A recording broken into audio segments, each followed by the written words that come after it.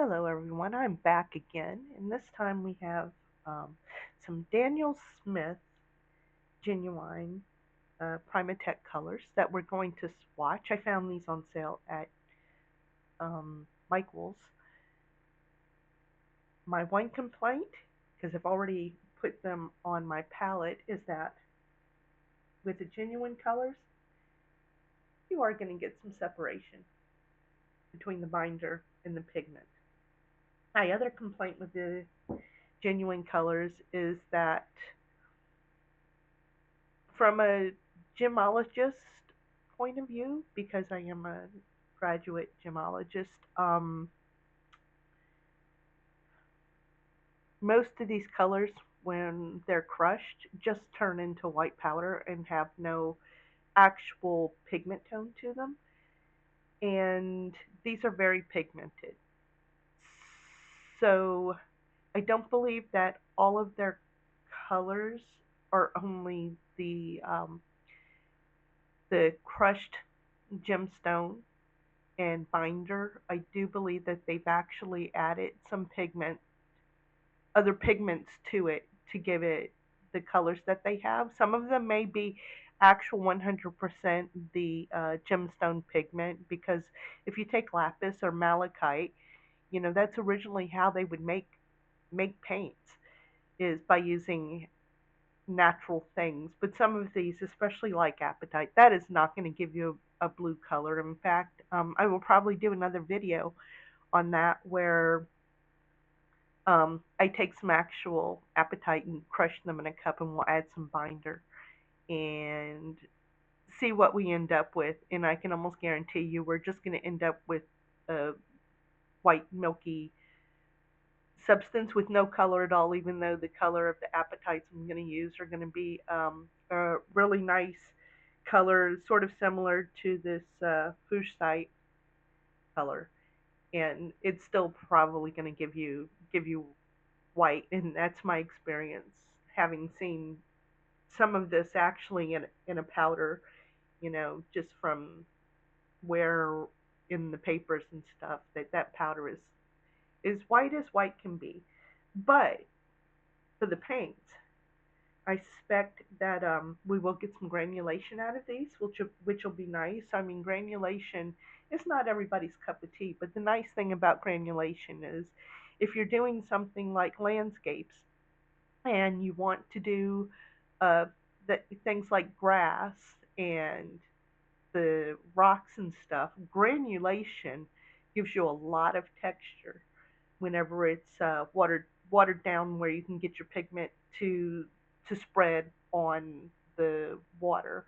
So we're gonna play around with them and swatch them. So let's get started.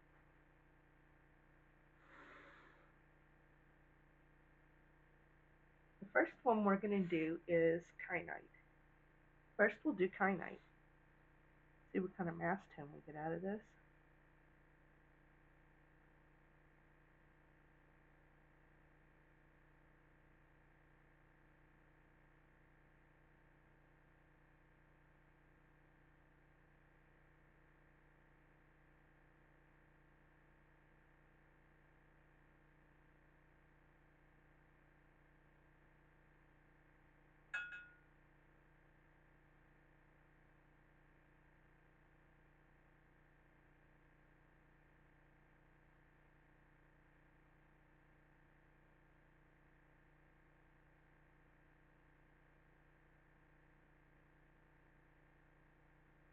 You can see this has a bit of pearlescence to it. I don't know if you can see the glittery effect of it, but it definitely has a bit of shimmer to it.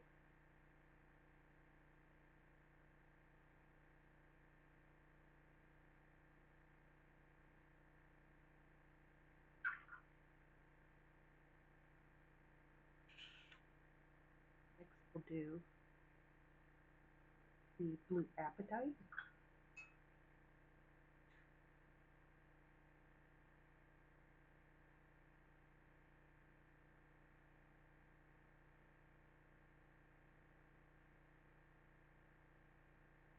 is almost the same color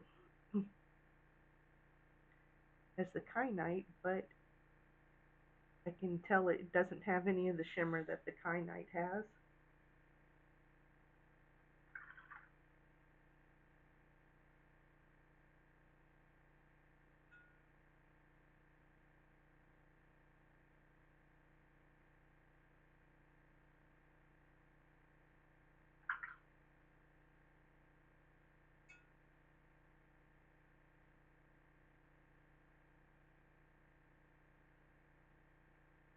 Definitely see some green undertones on this, so it does lean towards a blue that is more green rather than neutral or red.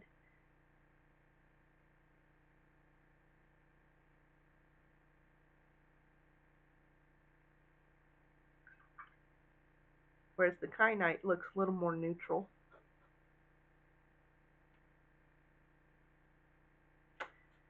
We'll do the fuchsia. The kyanite is glittery, but this is definitely metallic. So, if I'm not mistaken, fuchsia might be in the same category as mica. And with that said, if you added mica powder to anything, this is the same type of pearlescence you would get with mica powder.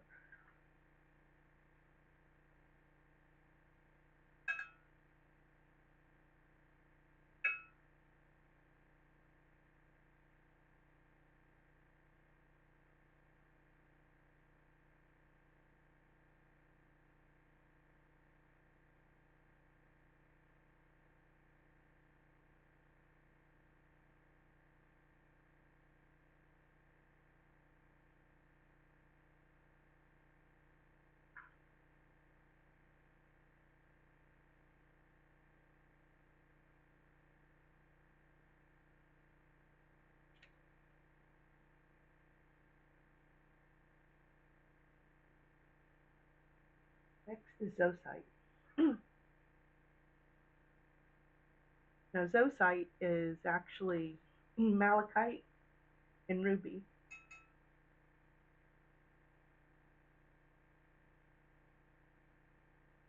So I expect the green part of this to be very pigmented because, like I said, malachite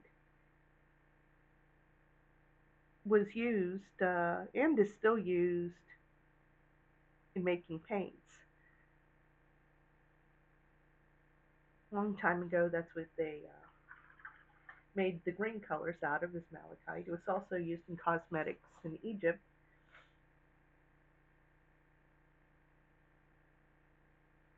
So what I'm expecting to see out of this is a separation of green and red.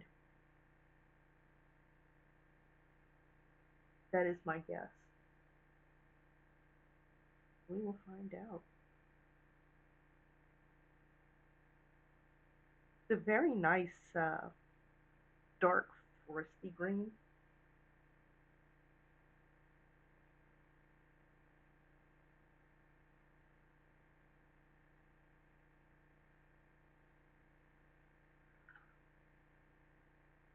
So I suspect that when it dries, I see some really good granulation already in it, that we may see some hints of red popping out of there.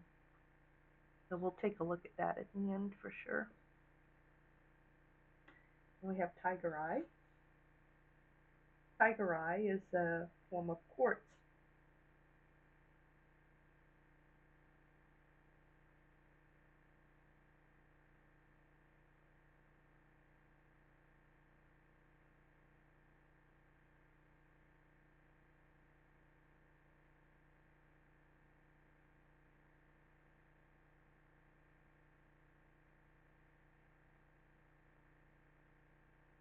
So if you're looking for a really dark brown, I don't think you're going to get it with this. Even though out of the two, it looks really brown, but that's all we're getting from acetone. And I feel like too, there's a There's quite a bit of binder that has separated out of it. Um,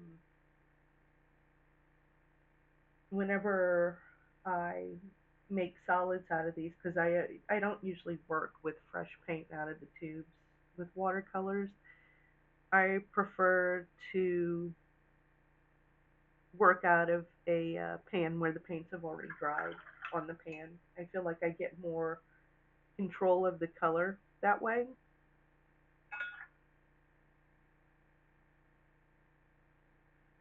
But that's a personal preference. There's no wrong or right way. I mean, painting is an art. So, with all things creative, they're meant to do the way that you want to do them and not necessarily the way that most people do them. And the last one is black tourmaline.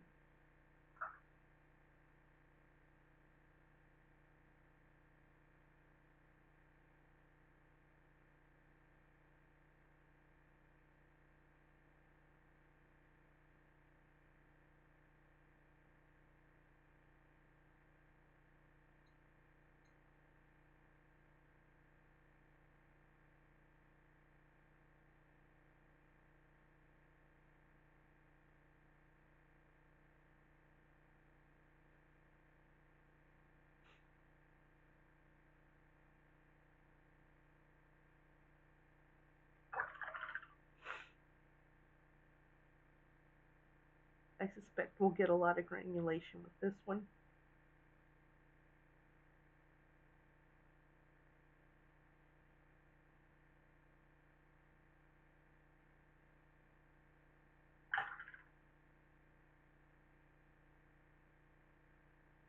Looks like I'm seeing a bit of a yellow undertone to it. Now let's take a look at these a little dry. Here's the blue apatite, which it's a nice, it's hard to tell on the camera. The camera's looking a little blue, but it definitely is a blue with yellow undertones, so it does give off a little bit of a green color to it. Not sure if you can see the sparkles in it. So it has a glittery look to it. It's a very, very fine glitter. It's not metallic, and I'll show you the difference with the fuchsite, which definitely gives you a very mica iridescent look to it as compared to. I'm sorry, this camera just does not focus. But this is more glitter, and this is more um, iridescence or metallic to it.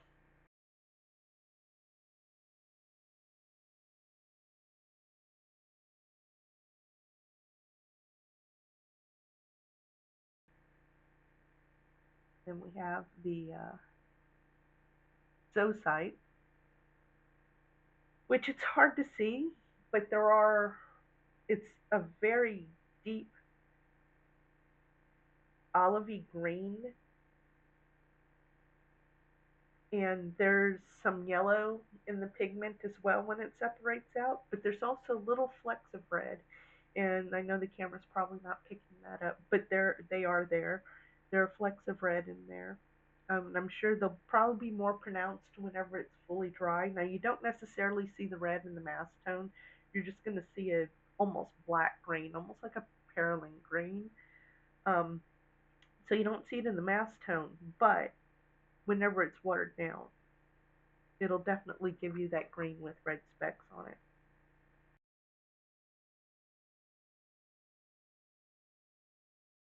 Next is Tiger Eye, and with this one at the moment, I suspect that the Tiger Eye, just like the Fuchsite, just there was so much binder floating out of it. I mean, like that's not water over on the sides. That is absolutely the binder that came out of the tube with it. So it will separate in the tubes. Expect it. Um, That's just the nature of any pigment that is large. And these are definitely, with them being genuine pigments, they're large pigments in there. And when you try to keep a large pigment mixed into a binder, it does have a tendency to separate out from itself. And, that's not a problem. It's just a little binder. Just whenever you put it into a pan to let it dry, just mix it up real well again. Uh, when you put it in there, whenever you leave it dry, it'll be everything will be fine.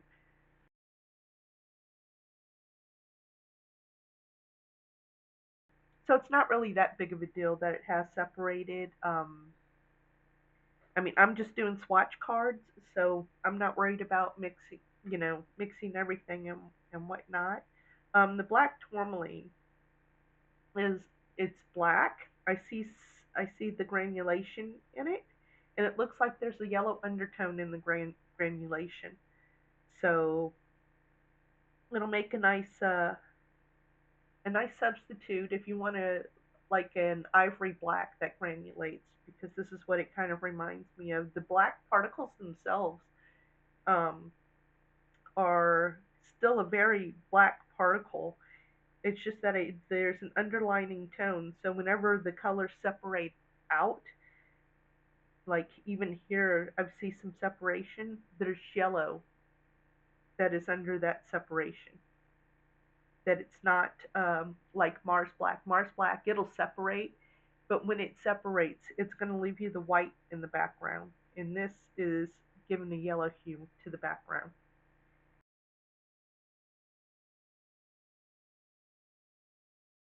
And that is our swatching of the Daniel Smith colors. Now, if there's anything you would like for me to swatch out, just drop it in the comments, because I do have a lot of paint. Like, these are new, so I've been swatching all the new art haul basically stuff I have. The other ones we're going to swatch out today, because part of that art haul was these, which I've been wanting to try out the core watercolors, because golden is one of my favorites for acrylic. And so I was very interested to see if their quality follows through into their watercolors. So I'm going to swatch these out next, so expect that video to come up right afterwards, and I will swatch these together probably. So that's it for the video today. I know it's short, but hopefully there's enough information in there to make it interesting. And I will see you guys on the flip side.